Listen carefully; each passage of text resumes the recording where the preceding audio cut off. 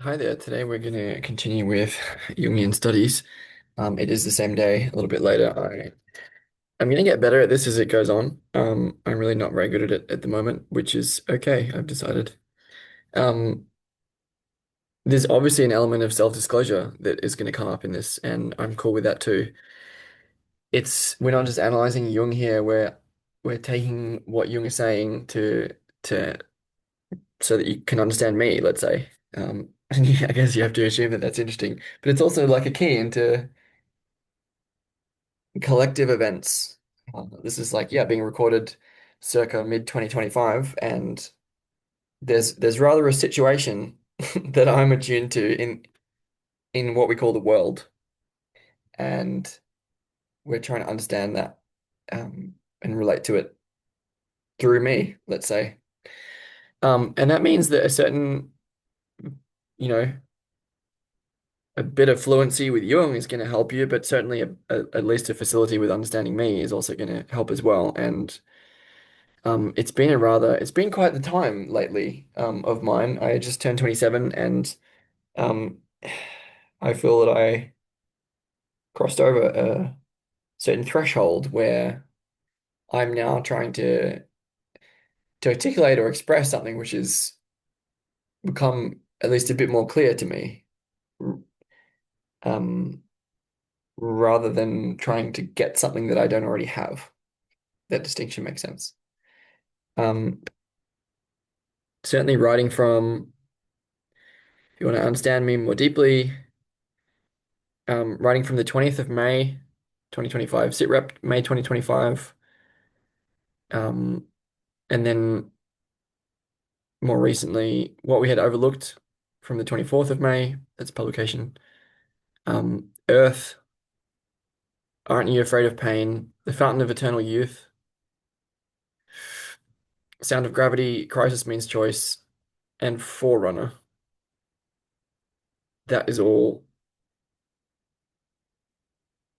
necessary, I think. I'm going to say this. It's going to help you understand what's happening with me. I'm then going to read you a letter that I wrote. I'm also going to quote from the Red Book because, of course, I'm going to quote from the Red Book.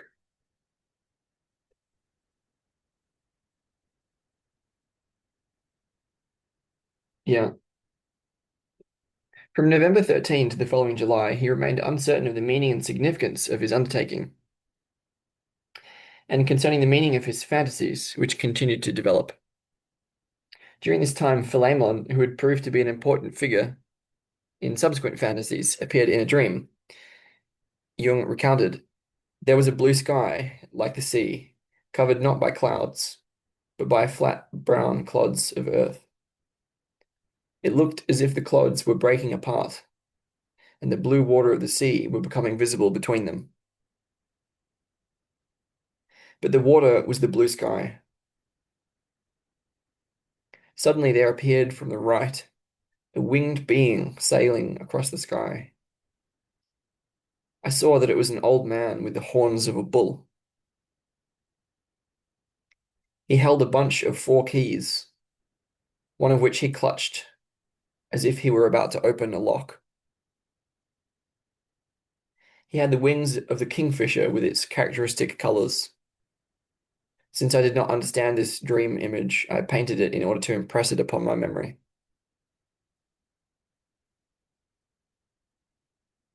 Instinctively, I'm also going to quote from June. This is from Children of June, Frank Herbert's Children of June. I forget which page. It's one of the chapter headings. Revised OCB, Revised Orange Catholic Bible. And I beheld another beast coming up out of the sand, and he had 2 horns like a lamb, but his mouth was fanged and fiery as the dragon, and his body shimmered and burned with great heat, while it did hiss like the serpent.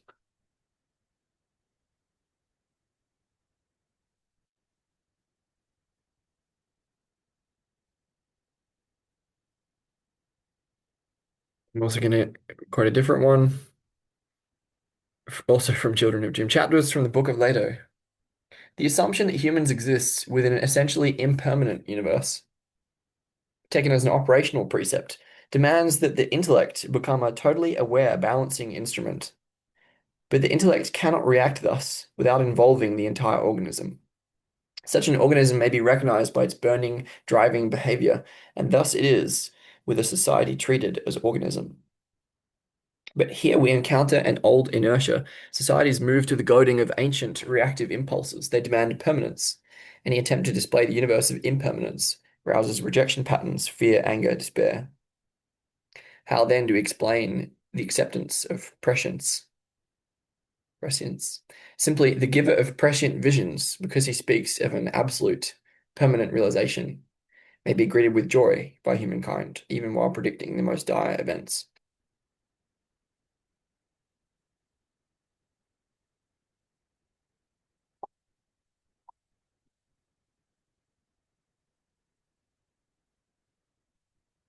Yeah, we're trying to puzzle out the spiritual implications of the meta crisis, meaning crisis, and get in touch with the unspeakable, unnameable beyond, which is right here.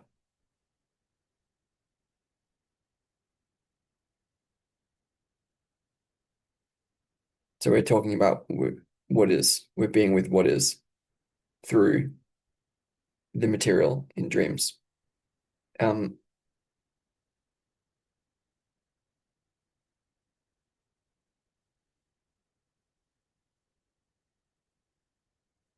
it's rather self-disclosing, and I kind of, like taking Jung's, there's a certain amount of self-disclosure which is required here, right? Because it's about intimacy, but I also need to pay myself respect by honoring my privacy.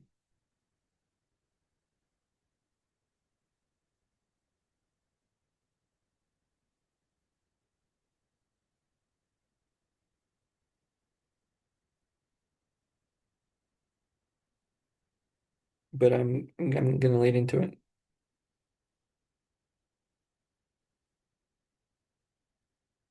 This letter is called Yours, and I've already published it under that title.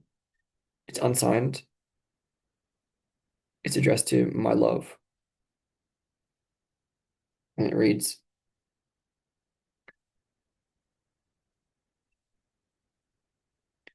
would that I could ever hope to leave you without me and preserve you forever in this timeless place. Would that I could ever hope to leave you without me and preserve you forever in this timeless place. Woe that all our half-defended thoughts will lead to naught, that the reign of our changing lines are mine to witness and endure. Woe that all our half-defended thoughts will lead to naught, that the ruin of our changing lines are mine to witness and endure. Though not merely, for ever the eyes of the blessed find their way to sightliness, from whose fallen vantage every sentence renders clear.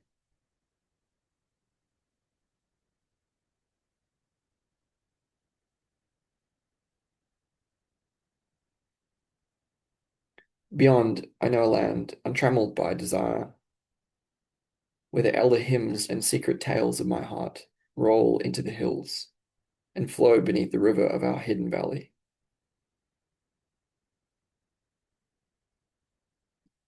Beside the water rushing there,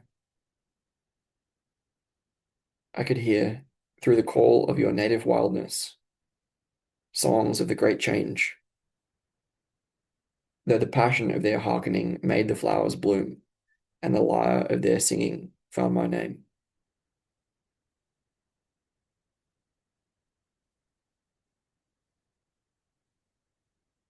Although I know you are still getting ready for some day or time when you may feel assured, still I feel that I could wait no longer to hold you close and save all demurred. A lifetime it may ask to wholly reckon with this shameless, unattempted crime.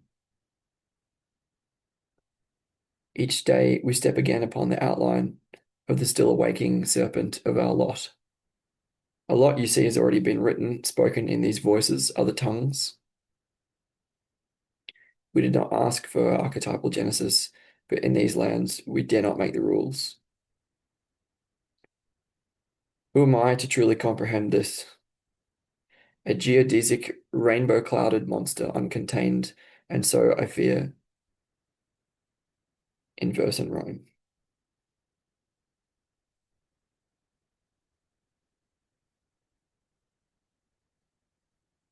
I wish for you that rain may fall among your warring kingdoms.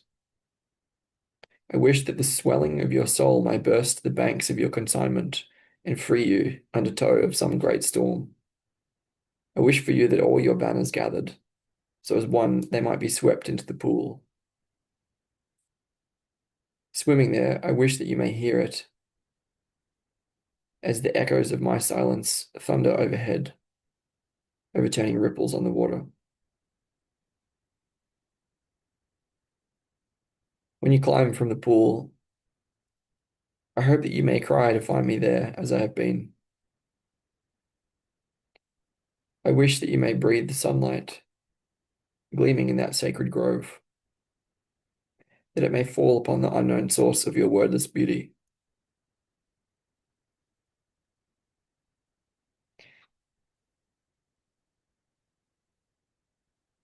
May the streaming rays pour in rivulets of fire down your face,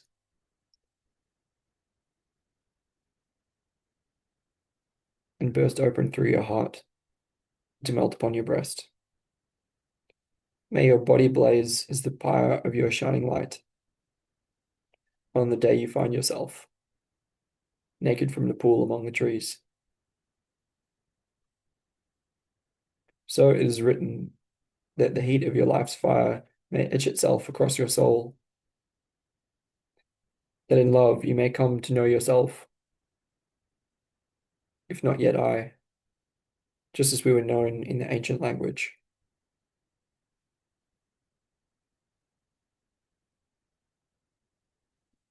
I pray you may forgive me in my strange and soundless manner. I pray that you may walk your regal grace through these fields of your aloneness. I pray that you may walk your regal grace through these fields of your aloneness, as in your surest peace, to feel your own earth in its deep richness, to stride among the grasses tall, to be with the trees. Here I know that you will glow in the moonlight, waking wonder as the stars span the sky. Within the great lands of your true and living nature, may you hear the birds as they sing of the hollow in our heart.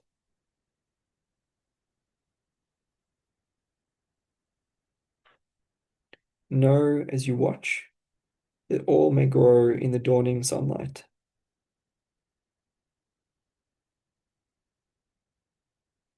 Here in this land where I hold you, I know you as my love. Now, for this time when I hold you as my love, for all time may you know it, and may you know yourself in your own way, yours.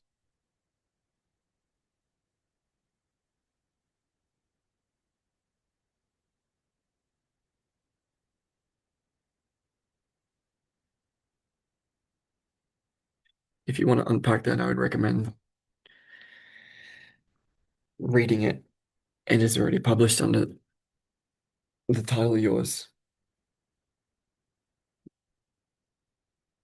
So we're going to be using the keys that I described in the first video, the introduction, which is just, terribly inaccessible. I'm not, I'm not exactly I'm not much of a storyteller yet. This is why I'm here to practice. Um, yeah, and extract like we're so we're analyzing not just the unconscious as it presents itself in dream material, but also as the unconscious as it presents itself through Jung and Jung's analysis. By extension to the third layer, you're also welcome to analyze me uh, as we proceed. It's kind of difficult for me to do that because I'm me. Yeah. So the keys were that when we refer to the dreamer, we can also be referring to whoever is here, which can refer to Jung, but not just him. The unconscious can refer to Jung as a self association. Uh, the dreamer can obviously also refer to Jung, which I just stated before. That's kind of an elaboration of key one. And yeah, after all the different interpretations are sort of more or less clarified after page 212 or so, then the dreamer can be referred to the amalgam of those interpretations or the subjective present consciousness of humanity, where the individuation process then refers to that of the whole rather than to an individual, what we call person. Okay, introduction. And that was just a reminder of what the keys are. We're now working from page 121 of dreams. I don't know what page that refers to in psychology and alchemy, but it's like we're dealing with the initial dreams here, which is after the introduction, and this is in again part four of of dreams, which is the title is Individual Dream Symbolism in Relation to Alchemy. So, dream one in the initial dreams goes, the dreamer is at a social gathering. On leaving, he puts on a stranger's hat instead of his own. That's all. So, the dreamer is at a social gathering.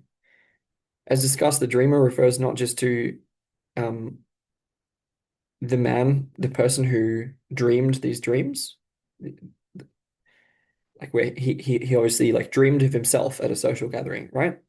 But the dreamer also refers to Jung at a social gathering and to whoever's reading this. So, for example, me reading this, the dreamer is at a social gathering, but also whoever is here is at a social gathering. And that means at a social gathering, meaning with others, meaning in togetherness. There are many others that are present. The dreamer is at a social gathering.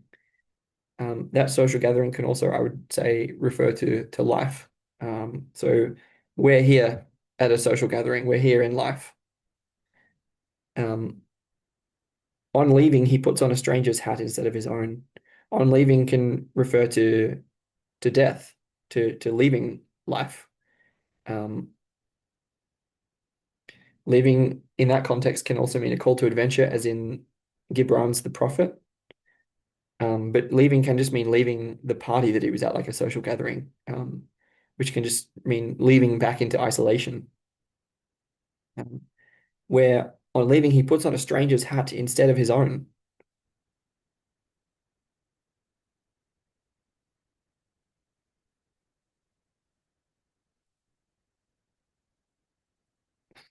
Jung's going to have a lot to say about that, and so will we as the course moves on. The most obvious thing to point out is that that was a mistake. It was a mistake for him to put on a stranger's hat instead of his own hat. Um, the implication of putting on a stranger's hat instead of one's own hat when leaving is first of all that the dreamer shouldn't have left the social gathering.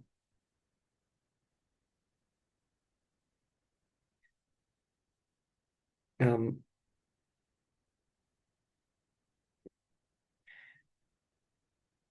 Second, that he should have taken more care in choosing which hat he donned when leaving.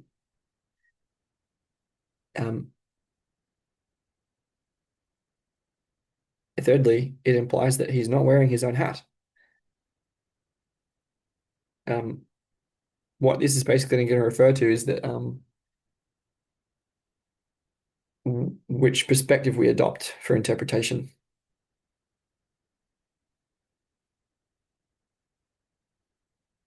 Mm. So I'm gonna, after having said that, I'm going to read Jung's interpretation of this dream and then comment on that. So this is across pages 121 and 122. It's going to be a slow process going through this, but that doesn't bother me. It's quite interesting material. Um, Again, the dream goes, the dreamer is at a social gathering. On leaving, he puts on a stranger's hat instead of his own. And Jung says, the hat as a covering for the head has the general sense of something that epitomizes the head. Just as in summing up, we bring ideas under one head. So the hat, as a sort of leading idea, covers the whole personality and imparts its own significance to it. Coronation endows the ruler with the divine nature of the sun. The doctor's hood bestows the dignity of a scholar, and a stranger's hat imparts a strange personality. Meyrink uses this theme in his novel The Golem, where the hero puts on the hat of Athanasius Pernath and as a result becomes involved in a strange experience. It is clear enough in The Golem that it is the unconscious which entangles the hero in fantastic adventures. Let us stress at once the significance of the Golem parallel and assume that the hat in the dream is the hat of an Athanasius, an immortal, a being beyond time, the universal and everlasting man as distinct from the ephemeral and accidental mortal man. Encircling the head, the hat is round like the sun disk of a crown, and therefore contains the first allusion to the mandala. We shall find the attribute of eternal duration confirmed in the ninth mandala dream, while the mandala character of the hat comes out in the 35th mandala dream. As a general result of the exchange of hats, we may expect a development similar to that in the golem, an emergence of the unconscious. The unconscious, with its figures, is already standing like a shadow behind the dreamer and pushing its way into consciousness. That's what Jung has to say.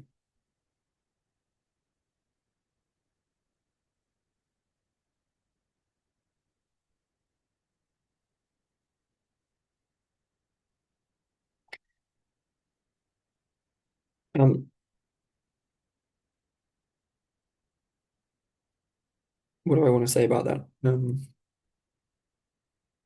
Yeah, the hat as a covering for the head is a general sense of something that epitomizes the head. So the hat has to do with the mind, it has to do with the persona, it has to do with the mask that we wear. Um, it has to do with the perspective we take, the lens of interpretation we bring to bear on an analysis.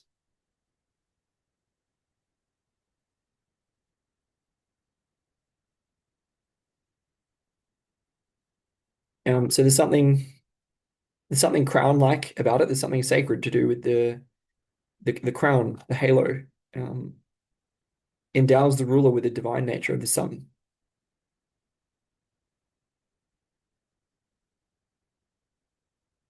So basically, what this is referring to is that when we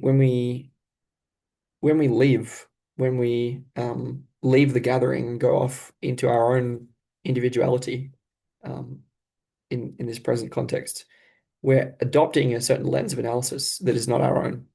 Namely, we're adopting Jung's, or we're adopting mine. But there's a giving up of one's own perspective to take on the perspective of another.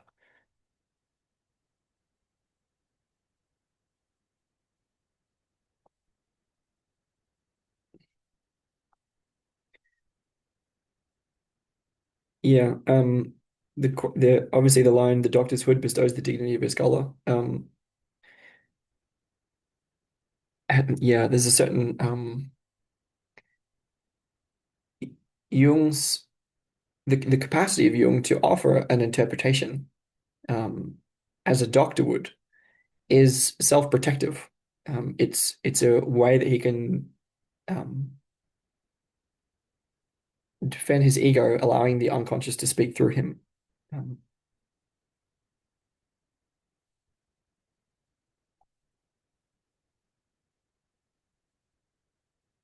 in when he's talking about Athanasius, an immortal, a being beyond time, a universal and everlasting man, as distinct from the ephemeral and accidental mortal man. Um, this is a character that's rather like Philemon for Jung. So it's sort of a wise old man type figure.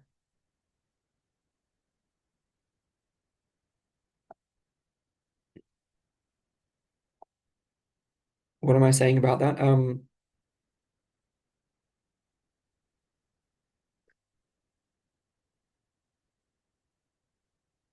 He's adopting the lens of such a figure. So he's sort of adopting that role, the role of the wise old man, if you like, as a form of I would call spiritual protection or psychological protection.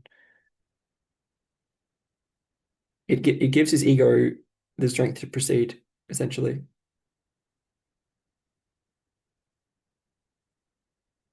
It's really significant that the dreamer didn't put on his own hat.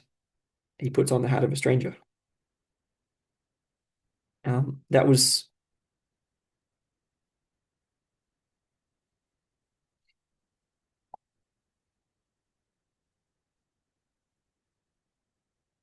in terms of the transference or in terms of psychic energy, the hat and its symbolism are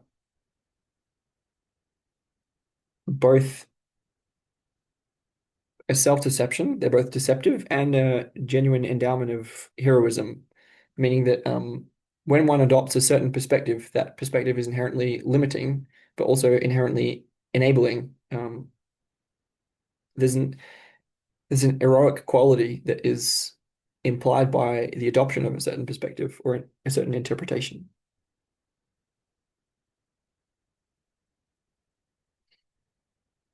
Important to note that like there's a concept of the exchange of hats. It's possible to adopt different perspectives. So this is not this is a capacity related to wisdom, the capacity to see things from different points of view and to seek those different points of view. The important thing to note here about that is that that as a function is only possible when one is with others. So it's by going to the social event that the dreamer had the opportunity to put on his own hat, take off his own hat, put on someone else's hat, and so on. He had to come into communion and also into individuation in order for the exchange of hats to be possible. Jung says of that that Jung has two main points here. The one is that the sun disk, the crown or the hat, is the first allusion to the mandala. Um, yeah, the whoever is here, the dreamer, um, whether that be the actual dreamer, Jung, whether it be me, whether it be someone else, is endowed with a sacred quality because of the presence of mandala symbolism, which the hat is the first symbol of. So it's significant that it should be first. Um, as a general result of the exchange of hats, we may expect a development similar to that in the golem, an emergence of the unconscious. So it's the capacity to swap, to go back and forth between different perspectives, which allows the unconscious to be to become more to manifest itself, let's say. Um, yeah, the last point being, he says that the unconscious with its figures is already standing like a shadow behind the dreamer and pushing its way into consciousness. The first thing we can note about that is that it's simply true. It's simply the case that the unconscious is um, speaking through the actual dreamer. But it's also the case that the unconscious, again, refers to Jung himself, and that he himself is already standing behind the dream and pushing its way into consciousness, meaning impressing his interpretation upon us, um, which is also a self-interpretation, which, if you note, is exactly what I'm doing. So um, we talked about the dream, we talked about Jung's analysis of the dream, we talked about my commentary on Jung's analysis, and all of that is pushing its way into consciousness itself. Um, hopefully, what we can experience is that the subjective present consciousness of all the different parties gets out of the way enough for what we call the unconscious to speak and be heard.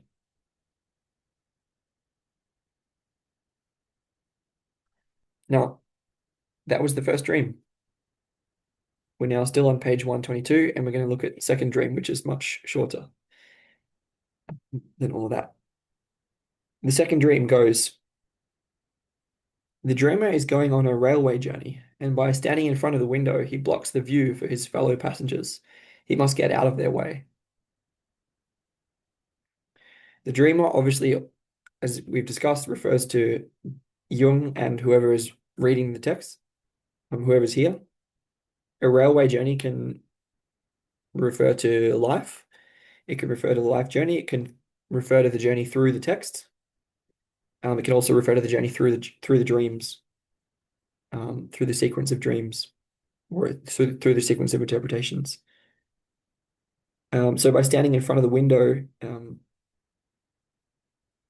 a window is transparent bidirectionally. So someone can see through a window from either side of the window, um, meaning the unconscious can see up into us from through through the window, whatever the window refers to. The dreamer is going on a railway journey, and by standing in front of the window, he blocks the view. It means the ego is getting in the way. For his fellow passengers, the way is blocked. Yeah, I've said that the way is blocked for anyone to see into the unconscious, and also for the multitude therein to get out or to see out. And it's blocked by the the ego which is present, let's say. Jung says of this, um, the process is beginning to move, and the dreamer discovers that he is keeping the light from those who stand behind him. He's keeping the light from those who stand behind him, namely the unconscious components of his personality.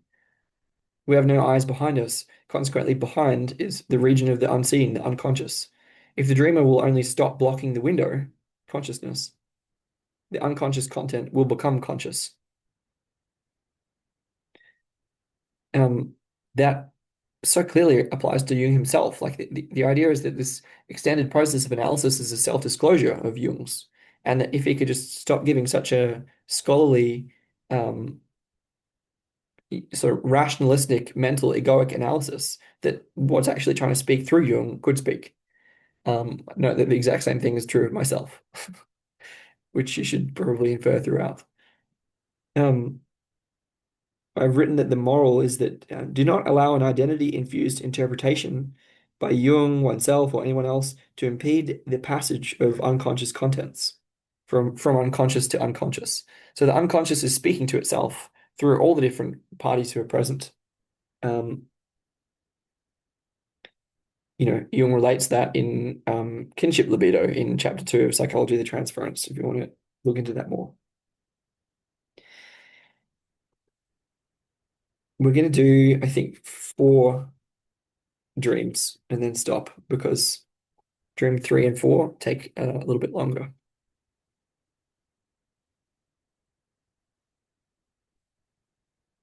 So already we can see after only the first 2 dreams, there is um,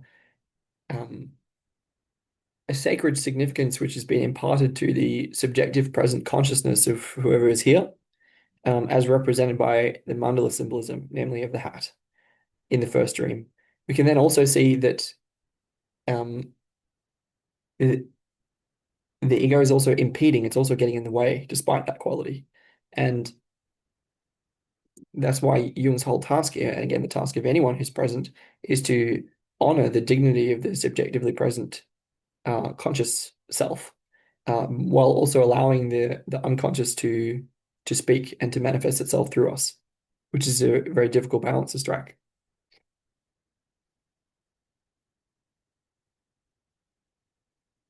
Dream 3 is actually a quite hypnagogic visual impression, which goes, by the seashore, the sea breaks into the land, flooding everything. Then the dreamer is sitting on a lonely island. The sea breaks into a land. This is a kind of invasion, meaning non-voluntary, involuntary. I've also written that all islands are lonely, um, which I'll expand on that.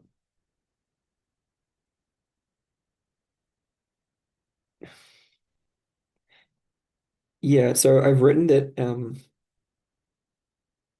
firstly, I'm going to refer to Tao verses, which like you should probably have a Tao Te Ching present, and you can refer to verses that I think are relevant if you want to look at them. Um, for this one, I've written Tao verses 34 and 66, which you could go check out. Um, in the meantime, I've written this. It might make more sense if I read Jung's interpretation first and then say what I think of it. So again, the dream goes by the seashore, the sea breaks into the land, flooding everything. Then the dreamer is sitting on a lonely island. About that, Jung says, the sea is the symbol of the collective unconscious, because unfathomed depths lie concealed beneath its reflecting surface. Those who stand behind, the shadowy personifications of the unconscious, have burst into the terra firma, the firm ground of consciousness, like a flood. Such invasions have something uncanny about them because they're irrational and incomprehensible to the person concerned. They bring about a momentous alteration of his personality, since they immediately constitute a painful personal secret which alienates and isolates him from his surroundings. It's something that we cannot tell anybody. We're afraid of being accused of mental abnormality, not without reason, for much the same thing happens to lunatics. Even so, it's a far cry from the intuitive perception of such an invasion to being inundated by it pathologically, though the layman does not realize this. Isolation by secret results as a rule in an animation of the psychic atmosphere, as a substitution for loss of contact with other people. It causes an activation of the unconscious, and this produces something similar to the illusions and hallucinations that beset lonely wanderers in the desert, seafarers, and saints. The mechanism of these phenomena can best be explained in terms of energy. Our normal relations to objects in the world at large are maintained by a certain expenditure of energy. If the relation to the object is cut off, there is a retention of energy, which then creates an equivalent substitute. For instance, just as persecution mania comes from a relationship poisoned by mistrust, so as a substitute for the normal animation of the environment, an illusory reality rises up in which weird, ghostly shadows flit about in place of people. That's why primitive man has always believed that lonely and desolate places are haunted by devils and such like apparitions.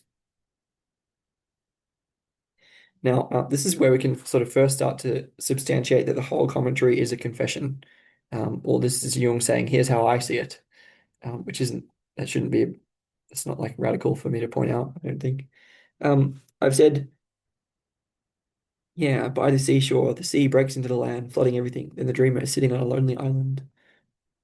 I.e., this voluntary hero's journey, undertaken by the dreamer, or as also by Jung, by the reader, by the subjective present consciousness, and by the ego with its hat crown and blessing with its halo, that hero's journey is a descent into unconscious collectivity, which is potent and symbolized by the sea. So what follows is the involuntary inundation by the flood of libido-rich or energy-rich collective material, which is a problem encountered by any after any call to adventure. Um, It's threatening to the fragile, isolated, interpretation and identity-bound ego or dreamer, which can sense or intuit its position and feels, among other emotions, lonely. So there's a way that like the journey is undertaken voluntarily, but then an involuntary flood is the result of the beginning of the hero's journey. Uh, the call to adventure is always a descent. The hero's journey goes down, right? It goes into a descent. Um, and then unconscious material sort of comes up and floods um, the subjective present consciousness, which then feels, a lot of things. Um, what else is Jung saying? What do we have to say about Jung here? Yeah, he says,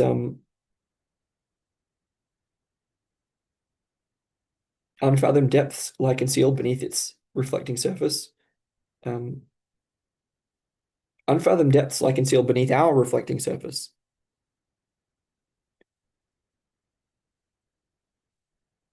Those who stand behind the shadowy personifications of the unconscious have burst into the firm ground of consciousness like a flood. Those who stand behind in Jung, and in people, namely the shadow, the anima, the wise old man, and so on. These are personifications of the unconscious that are present.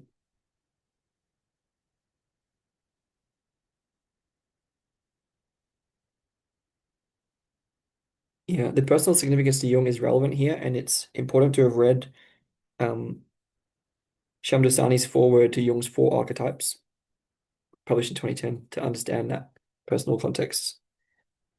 Um, yeah, so there's a voluntary quality of beginning the hero's journey, but then the involuntary quality of the inundation by the collective unconscious, or by the unconscious, let's just say. And there's something weird about that from the point of view of the ego. There's something uncanny or irrational, incomprehensible about it. They bring about a momentous alteration of the personality, since it's like when that happens, which if you've read what I've written recently, is that's what's been happening. Um, yeah, they constitute a painful personal secret, which is alienating and isolating.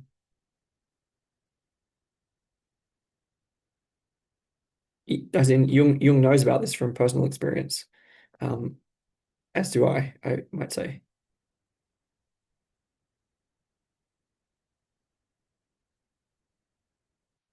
Yeah, the mystic swims in the same water in which the schizophrenic drowns, um, which sharing with people, like it's not always clear the difference between madness and just sharing about what's going on, which is why Jung's wary about sharing. Um, we can see there that isolation by a secret results as a rule in an animation of the psychic atmosphere as a substitution for loss of contact with other people. We can infer that like hiding ourselves from ourselves might be the origin of all psychic material.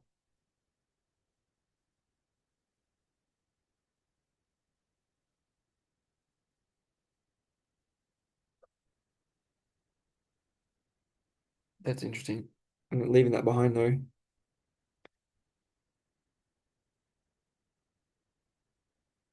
I think we're going to stop with Dream 3 there.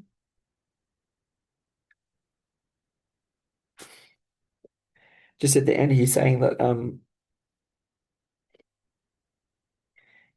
yeah, for instance, just as persecution mania comes from a relationship poisoned by mistrust, so as a substitute for the normal animation of the environment, an illusory reality rises up, in which weird ghostly shadows flit about in place of people. That's why primitive man has always believed in the lonely and desolate places are haunted by devils and such like apparitions. I've written that we can see from that sort of thing that we're relational creatures, as you can see from like Tom Hanks' Castaway. Like when there are not other people around, we tend to project and like create them. We relate with people even if there's no actual people around. We can also see from that kind of belief of let's what Jung calls primitive man. This belief is a profoundly accurate intuition that self-isolation may result in self-deception, meaning a high chance of death, i.e., it's better to stay with the tribe. Um, which means that the hero's journey, like to go off on one's own, is a kind of hubristic gamble always. There's a way that it exposes one to forces that one may not be able to control if one goes off on one's own.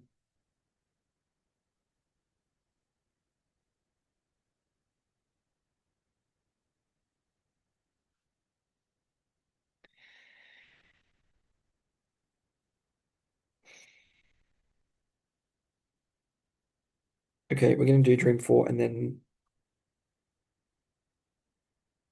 call it. Dream 4 is a bit longer, I have to say. Dream 4, the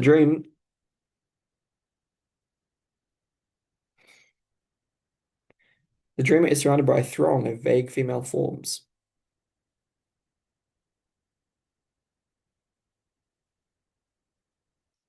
A voice within him says, "First, I must get away from father." That father can be capital F father. That can be taken as Jung himself. It can be taken as any father figure. It can be taken as God. Um, you have to get away from Christian dogma first before a proper interpretation is possible. Um, also look at Dante the mothers in this context. Um,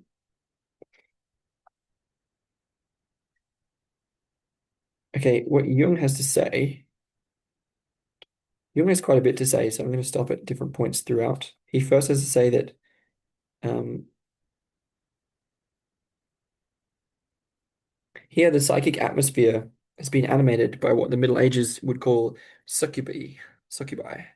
We are reminded of the we, Jung, are reminded of the visions of St. Anthony in Egypt, so eloquently described by Flaubert in The Temptations of St. Anthony. Um, the element of hallucination shows itself in the fact that the thought is spoken aloud. The words, first I must get away, call for a concluding sentence, which would begin with in order to. Yeah, as in get, as in why? What's the purpose of getting away from father? Like for what? Um, Presumably it would run in order to follow the unconscious, i.e., the alluring female forms, which we can see in Figure 9, the awakening of the sleeping king depicted as a judgment of Paris, with Hermes as psychopomp. The father, the embodiment of the traditional spirit, convention and logic, as expressed in religion or a general philosophy of life, is standing in his way. He imprisons the dreamer in the world of the conscious mind and its values. What I have to say here is that like the conscious intention which I have given to you about why we're here watching this is that I can analyze Jung or like tell you about this book Dreams or something like that. But it's the embodiment of the traditional spirit, like expressed in having like doing something conventional, having a logical reason why we're doing things, that's getting in the way here. Um, it imprisons the dreamer in the world of the conscious mind and its values. So it's actually by getting away from whatever conscious intention is present that we're able to approach a deeper level of understanding, let's say. Excuse me. The tradition, Jung goes on, the traditional masculine world with its intellectualism and rationalism is felt to be an impediment from which we must conclude that the unconscious, now approaching him, stands in direct opposition to the tendencies of the conscious mind and that of the dreamer, despite this opposition. And sorry, the traditional masculine world with its intellectualism and rationalism is felt to be an impediment, from which we must conclude that the unconscious, now approaching him, the dreamer, stands in direct opposition to the tendencies of the conscious mind, and that the dreamer, despite this opposition, is already favorably disposed toward the unconscious. For this reason, the latter, the unconscious, should not be subordinated to the rationalistic judgments of consciousness. It ought rather to be an experience sui generis, or of its own kind, or unique. Naturally, it's not easy for the intellect to accept this, because it involves at least a partial, if not a total, sacrifice of the intellect. Um, this is an important bit. What it means is,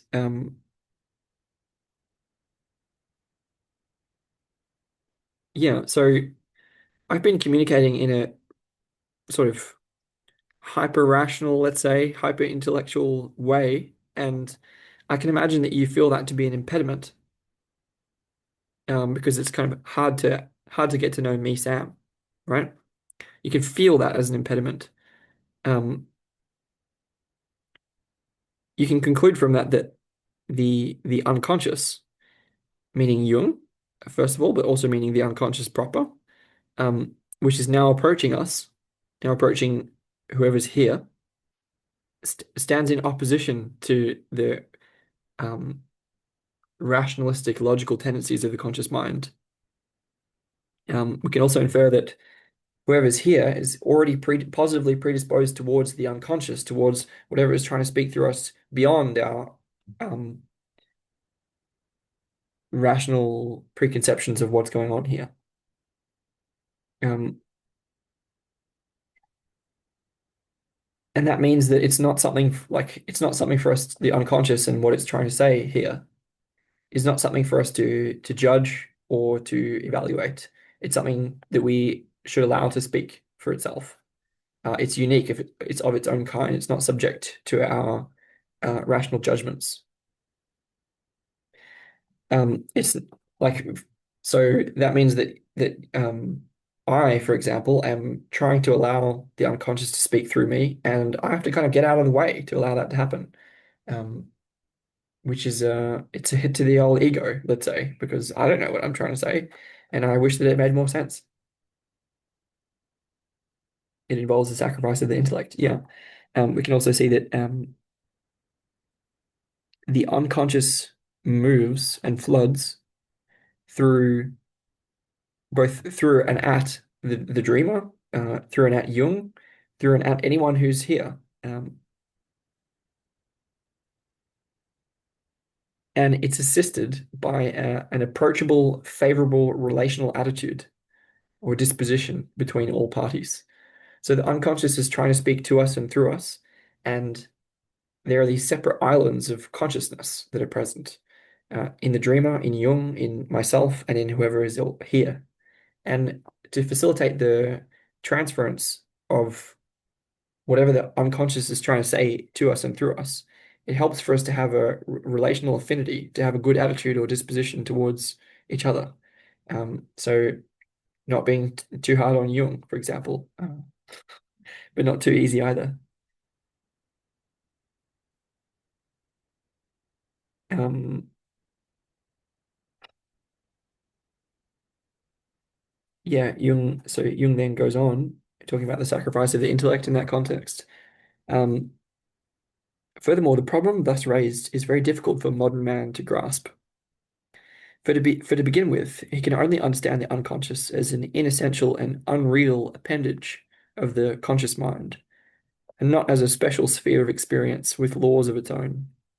In the course of the later dreams, this conflict will appear again and again, until finally the right formula is found for the correlation of conscious and unconscious, and the personality is assigned its correct position between the two. Moreover, such a conflict cannot be solved by understanding, but only by experience. Every stage of the experience must be lived through. There is no feat of interpretation or any other trick by which to circumvent this difficulty, for the union of conscious and unconscious can only be achieved step by step.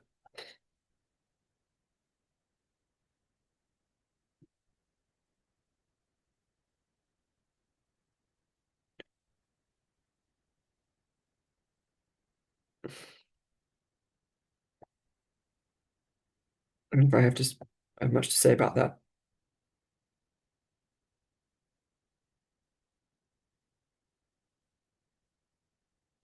He's pointing again to the autonomy of the unconscious and our difficulty in understanding or accepting that fact.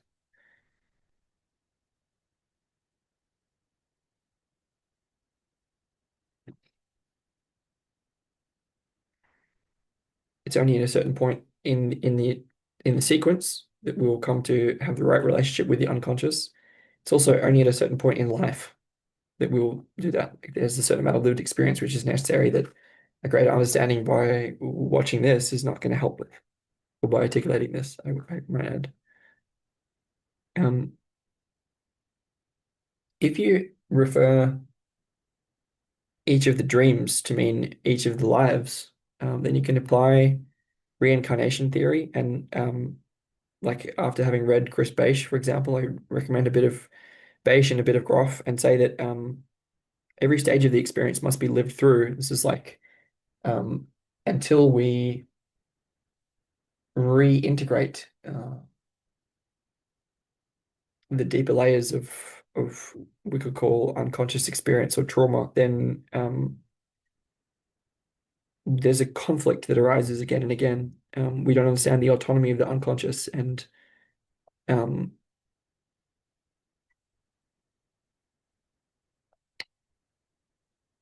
yeah, unless there's a sort of union of conscious and unconscious, which is only possible, a coincidence here, coincidence of opposites, which is only possible after having lived through such experiences. Um,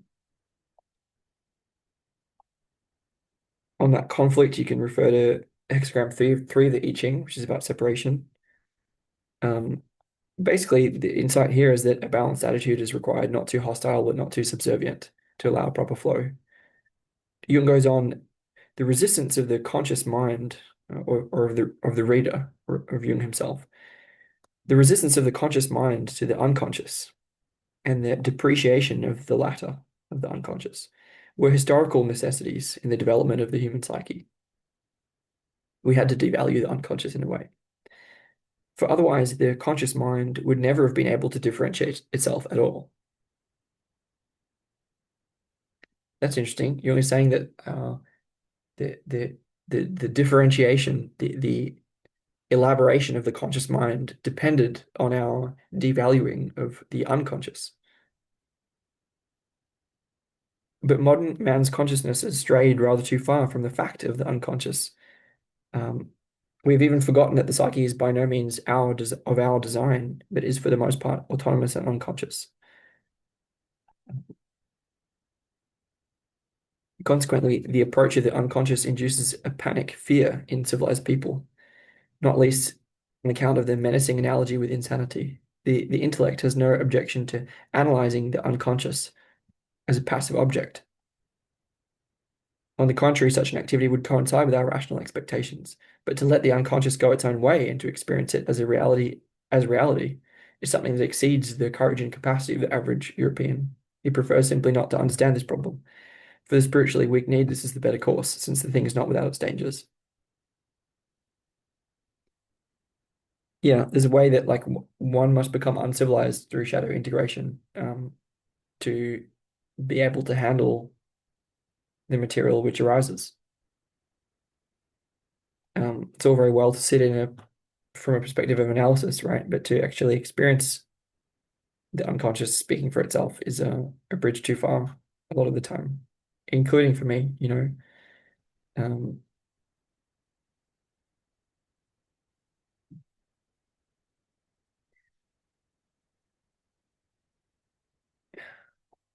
he says the experience of the unconscious is a personal secret communicable only to very few, and that with difficulty, and that with difficulty, hence the isolating effect we noted above.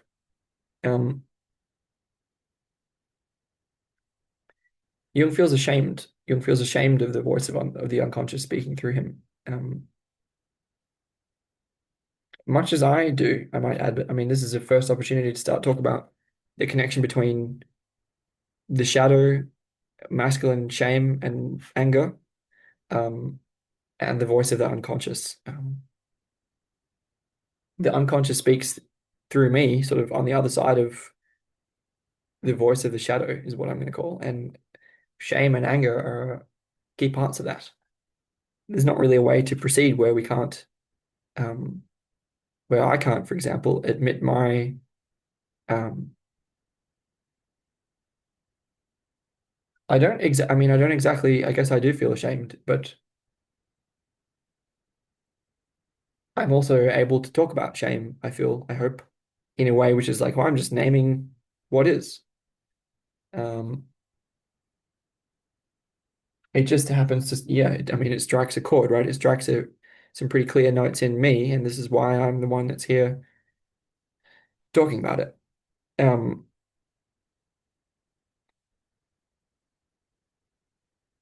yeah, I mean, we live in a time when transparency is sort of required, so we're going to be pushing in that direction. Let's continue with Jung's analysis of Dream 4. This is page 126. The experience of the unconscious is a personal secret, communicable only to a very few, and that with difficulty, hence the isolating effect we noted above. But isolation brings about a compensatory animation of the psychic atmosphere, which strikes us as uncanny. The figures that appear in the dream are feminine, thus pointing to the feminine nature of the unconscious. They're fairies or fascinating sirens and lamias, who infatuate the lonely wanderer and lead him astray. Tolkien's Dead Marshes, irrelevant. Um, Likewise, seductive maidens appear at the beginning of the Nekia of Polypheo, and the Melusina of Paracelsus is another such figure. Um, what is Jung talking about here? There's something which is speaking through us, through Jung, through me, which Jung refers to with the term the unconscious, which is living autonomous aspect of the psyche, we can call that. Um, Understanding that and appreciating it and getting in tune with it is a personal secret. To me, not so much a secret. We can talk about it. To Jung, it was a big secret, and it's very difficult to communicate that to many people, which means that it has an isolating effect, an isolating quality. There's also a way that it's not just isolating in that sense; it's also isolating in another sense. What is that other sense? It's the sense that there's a way that the when the unconscious speaks, the ego, namely Jung's ego, let's say, retracts. It becomes an island of consciousness that is balanced precariously, like the tip of an iceberg, on the surface of this more unconscious uh, reality. Um,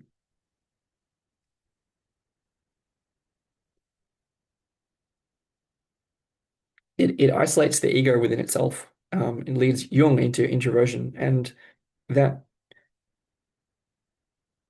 that leads the it leads Jung away from, I mean, any of us, as we're proceeding through this text in our lives, we're going on a hero's journey, which is to an extent away from others and into ourself, into ourselves. And this is the kind of isolation. Um,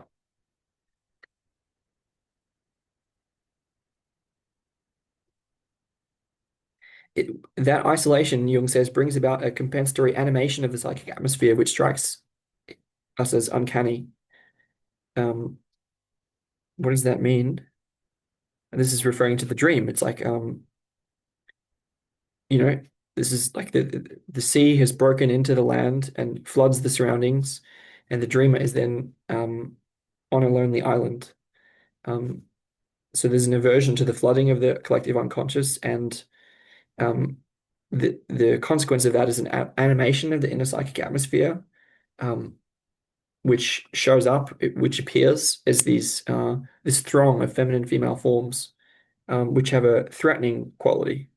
Um, Yeah, they're like the sirens in the myth of Odysseus. They're fascinating. They infatuate the lonely wanderer and lead him astray. Um, in Tolkien, there's a good example of this. So in Lord of the Rings, in I forget which film it is, Gollum is leading Frodo through the dead marshes, and Frodo is he's taken away from Sam and from Gollum. Frodo is just he's lost within himself for a moment through the power of the ring. He has this, he's sort of confused, and then he listens to inner voices which become stronger, namely the voices of the ghosts in the dead marshes. This leads him to follow off the path. It leads him astray. He then follows the candles, the flames of the dead marshes, and falls in the water and is going to be, um, pulled into the dead marshes. It's Gollum who rescues him. Um, Gollum in that case would be a symbol of the shadow, rescuing him from the waters of the unconscious. If you imagine that the lights of the ghosts, imagine that they sort of classically appear in feminine form. That's the myth of the sirens, um, which appears everywhere, everywhere throughout mythology. The figures that appear in the dream are feminine, thus pointing to the feminine nature of the unconscious, says Jung. Um, Noting in passing that figure 13 is important. We'll come back to that when it's relevant.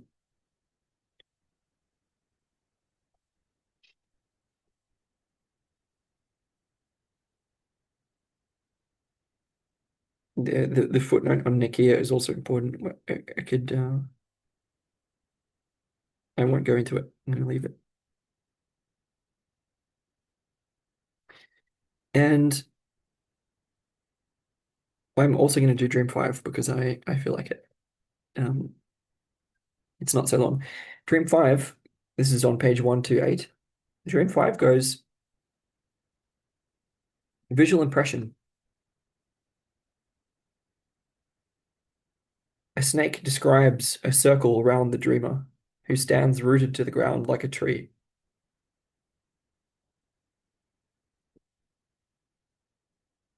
What's the meaning of this? The word describes, it means to let's actually, we can, we have the technology. I'm terrible at definitions. Define, describe, give a detailed account in words of. This is to describe, to give a detailed account in words of something, but it has a secondary meaning which is present here. It says to mark out or draw, To describe is to mark something, to draw something, to describe a circle. And this is the meaning of describe which is used in the sentence.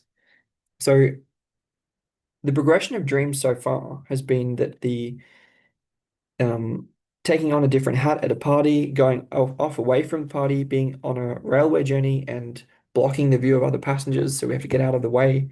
Um, we do that, and then the unconscious breaks in and floods the consciousness of whoever's here, of the dreamer, um, who is then depicted on an island, seen to be on a lonely island. Um, the inner psychic atmosphere is then animated, and female voices, a throng of female forms appear. The voice says, "First, I must get away from father. I must get away from the rationalistic, overbearing, logical perspective, analytical perspective, and allow the unconscious to speak for itself." Um, um, then what happens is dream five, which is that a snake describes a circle around the dreamer who stands rooted to the ground like a tree. What we're basically going to explore is that the snake is marking a magic circle. It's endowing a sacred quality to the individual perspective of the ego who's present, whether that be the ego of the dreamer, of Jung, of myself, or whoever is here. Um,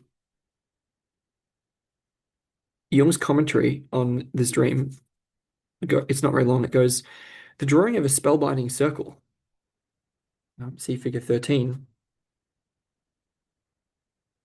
Drawing of a spellbinding circle is an ancient magical device used by everyone who has a special or secret purpose in mind. He thereby protects himself from the perils of the soul that threaten him from without and attack anyone who's isolated by a secret. The same procedure has also been used since olden times to set a place apart as holy and inviolable. In founding a city, for instance, they first drew the sulcus primigenius, or original furrow. The fact that the dreamer stands rooted to the center is a compensation of his almost insuperable desire to run away from the unconscious. He experienced an agreeable feeling of relief after this vision, and rightly, since he's succeeded in establishing a protected temenos, a taboo area, where he will be able to meet the unconscious. His isolation, so uncanny before, is now endowed with meaning and purpose, and thus robbed of its terrors.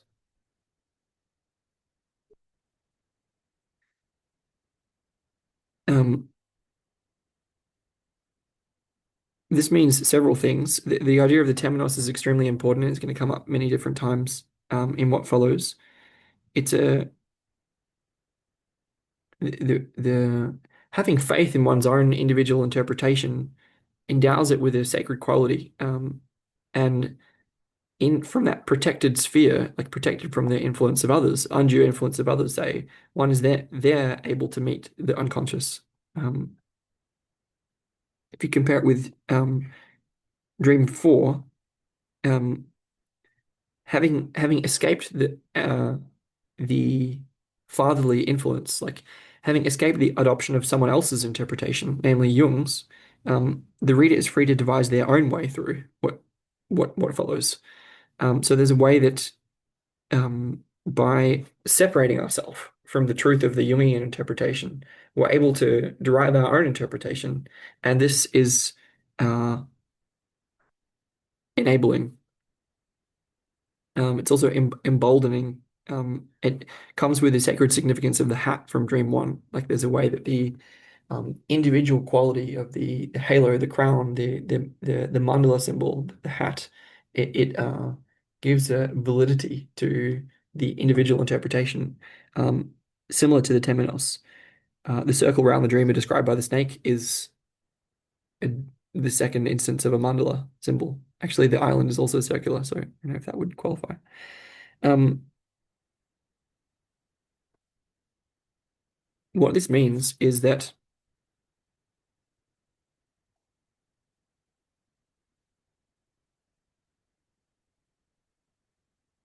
I want to invoke, to explain this, I want to invoke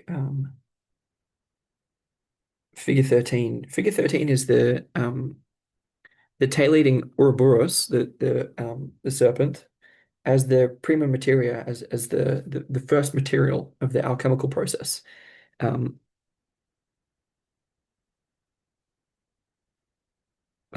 It's also the conjunction of sun and moon with the philosopher's stone as the sun. The significance of this is that I'm taking the tail eater, the Ouroboros, as an analogy to what's called the one in Neoplatonism, or what can be called God. Um,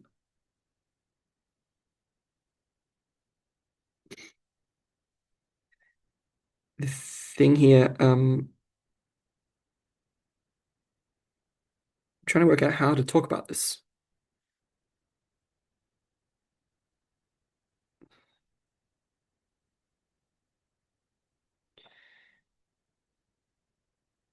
So the snake describes a circle around the dreamer who stands rooted to the ground like a tree. Um, the snake, as we know, is Satan in Eden. So the snake is a symbol of the shadow. Um, it's a representative of the shadow, and it's the thing about the shadow is that it's anything that we can't accept. And in this context, it's the secret of the unconscious. So this the snake is like the snake creating describing a protective circle, protected space, is a symbol of the process of isolation from being understandable by others. And it's the shadow which is responsible for that, essentially. Um, or when in Jung's case, for example, the secret of the unconscious speaking through him um, is in a way assimilated to his shadow because it's not able to be accepted by others. Um,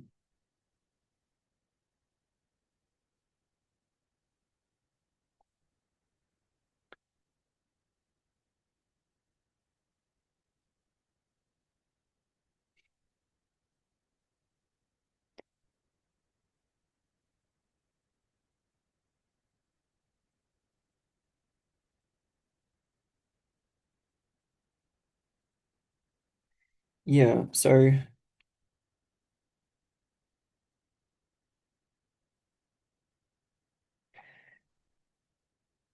the magic circle, the temenos, as described by the snake, is a mandala symbol. It's also a symbol of unity or oneness.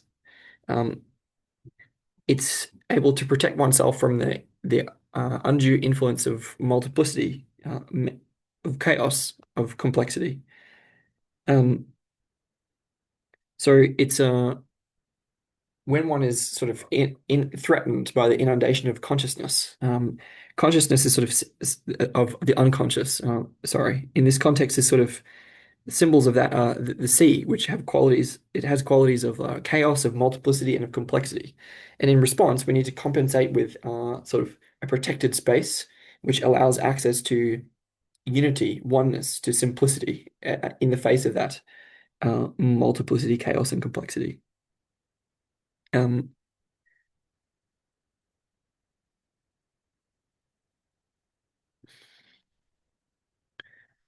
the isolation so uncanny before is now endowed with meaning and purpose and thus robbed of its terrors. Why am I getting stuck on this? What else do I want to say about it? Yeah, the thing here, the important part here is that if we take the meaning of the dream seriously, then we understand that from dream four, uh, a voice within him says, "First, I must get away from father." So the influence of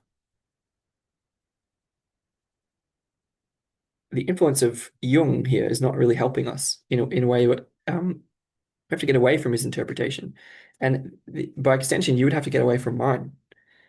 So there's a way that the rationalistic, logical, analytical voice is not serving and is actually impeding or getting in the way, and that the having escaped that influence, the reader is you're therefore free to devise your own way through to the understanding of what follows.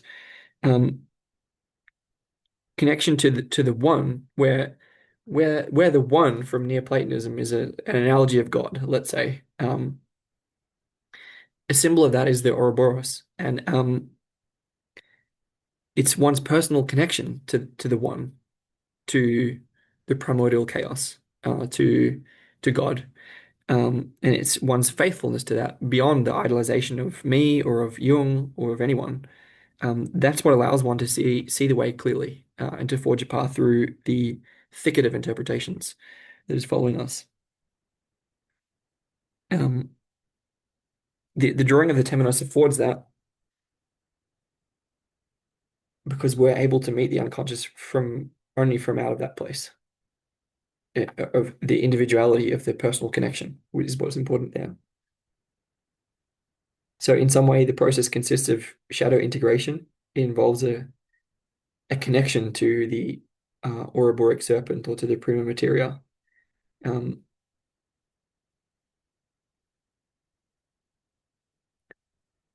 so it's pointing to the important step of shadow integration, essentially. I note that in if we take Genesis, like it's in the fall from Eden by Adam and Eve, um, it's the snake which caused them to eat.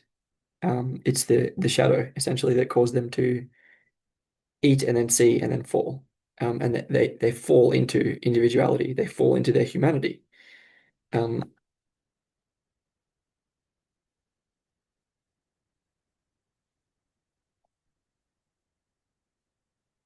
yeah, so it's like when the idea would be to attain to unity, attain to oneness, the unity which is beyond one and many, which is beyond unity and multiplicity. So the idea is to retain one's personal connection to God, to experience that oneself. And one is when one is beset by the unconscious, by chaos, complexity, multiplicity, there is the shadow compensates by protecting oneself with the qualities of unity, oneness, and simplicity. And when these six are sort of matched, then there is a protected space, a temenos, a taboo area from which one is able to meet the unconscious.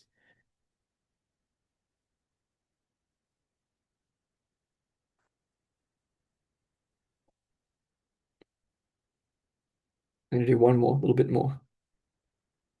Um, it's about the consequences of what follows from that. I'm sorry that that was a lot. It was not very clear at all. Okay, Dream 6 is a visual impression directly following from um, Dream 5, which was also a visual impression, by the way.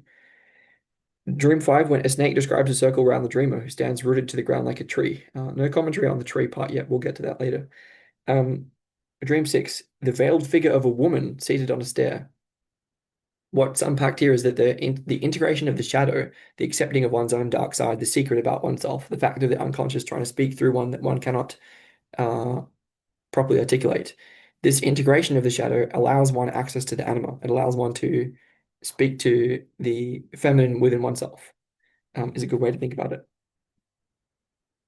Jung says the motif of the unknown woman, whose technical name is the anima, appears here for the first time.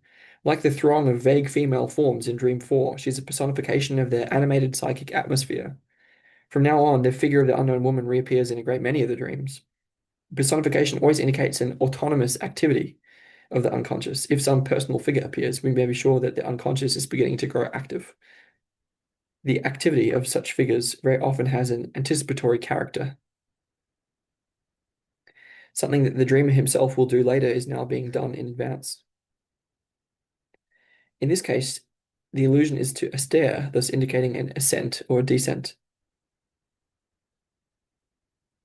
About that, I only have to say that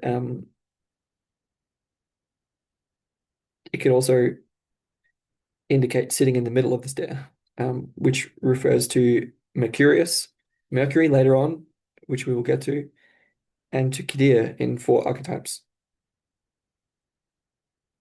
um, which I don't have time to explain right now. Jung goes on, since the process running through dreams of this kind has an historical analogy in the rites of initiation, it may not be superfluous to draw attention to the important part which the stairway of the seven planets played in these rites.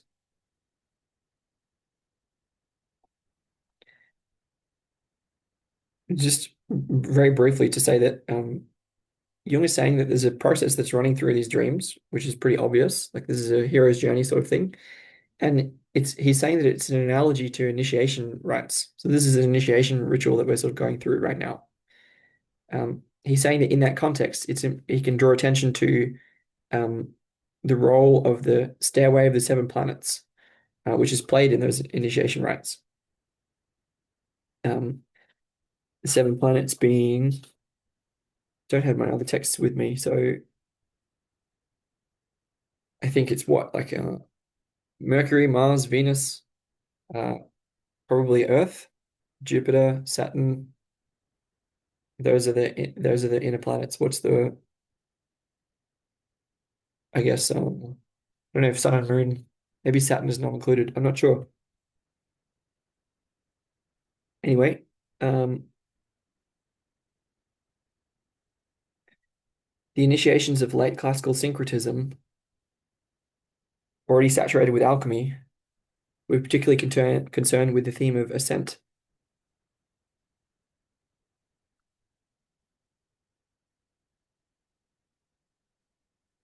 i.e., sublimation.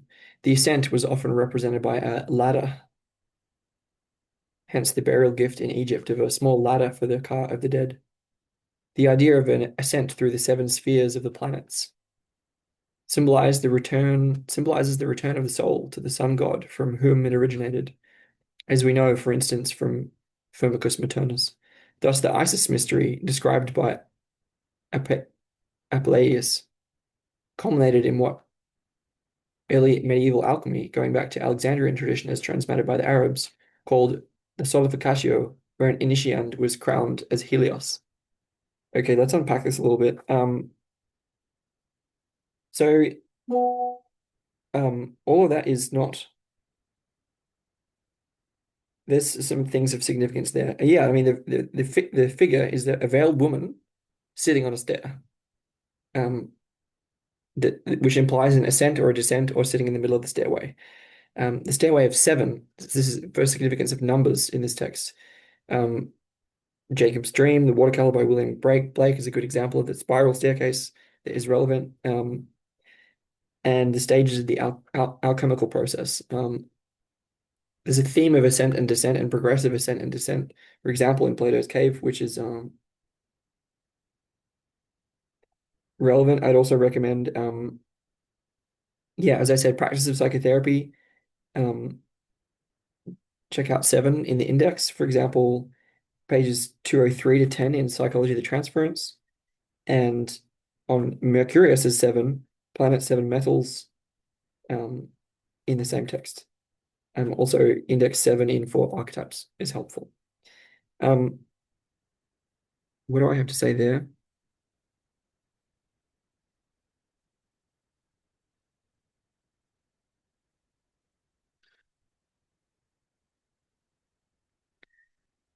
I don't think much. I think it's the first indication that numbers are going to be significant, and that the symbolism of the planets might be relevant, and that there's an ascent and descent process which is going on.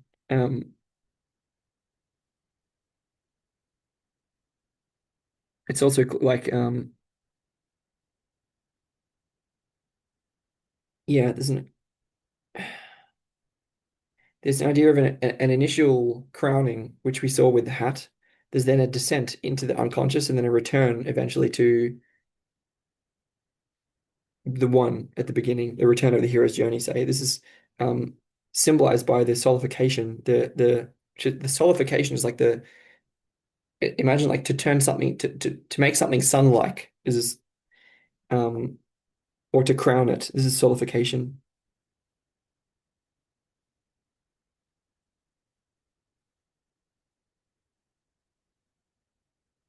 I think we're gonna leave that there.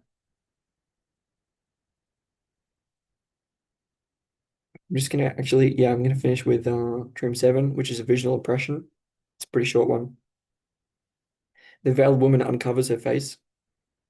It shines like the sun. Jung says, The solidification, the sunification, um, is consummated on the person of the anima. This process would seem to correspond to the illumination or enlightenment. This mystical idea strongly contrasts with the rational attitude of the conscious mind, which recognizes only intellectual enlightenment as the highest form of understanding and insight. Naturally, this attitude never reckons with the fact that scientific knowledge only satisfies the little tip of a personality that is contemporaneous with ourselves, not the collective psyche, that reaches back into the grey mists of antiquity and always requires a special rite if it is to be united with present-day consciousness. It's clear, therefore, that a lighting up of the unconscious is being prepared, which has far more the character of an illumination than of rational elucidation. The solidification is infinitely far removed from the conscious mind and seems to it almost chimerical. Um, all that means that the anima mediates a pathway to the truth as aletheia being revealed as per Heidegger. Um, she points the way. She's the psychopomp, the guide of the soul, the guide of the yeah, guide of the soul. That will do. Um,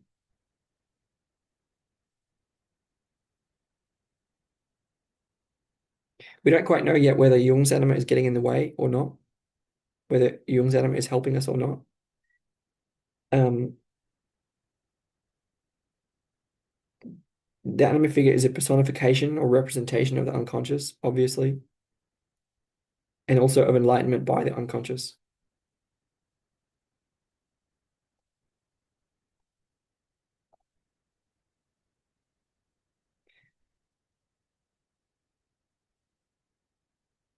Its solidification is like becoming as a sun, becoming as the sun. Um, and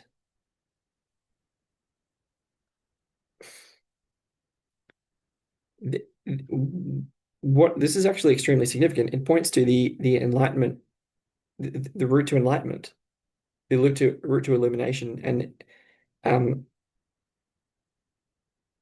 here the anima is like we can take it legitimately as a symbol of the unconscious, and it's saying that the what speaks through us is enlightened before we are. There's something about us which knows before we know. The solidification is consummated on the person of the anima.